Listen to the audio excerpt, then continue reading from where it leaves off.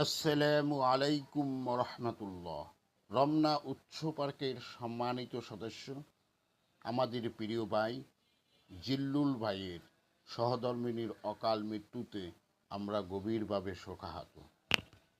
তার বিদায় আত্মার মাগফিরাত কামনা করে আজকের এই দোয়া অনুষ্ঠানের আয়োজন করা হয়েছে।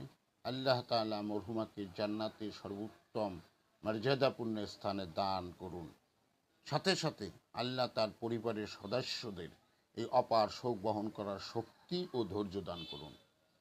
যারা তার পরিবারের আত্মীয় স্বজন, তারা যেন পরস্পরের সাথে মিলেমিশে থাকে, একে অপরের পাশে দাঁড়ায় এবং আল্লাহর উপর ভরসা রেখে জীবনের সব পরীক্ষায় উত্তীর্ণ হতে পারে। আমাদের সবাইকেই একদিন এই পৃথিবী ছেড়ে পরকালের পথে যাত্রা করতে হবে। এই সত্য স্মরণ করে আল্লাহ সন্তুষ্টির পথে চলাই হোক আমাদের মূল লক্ষ্য।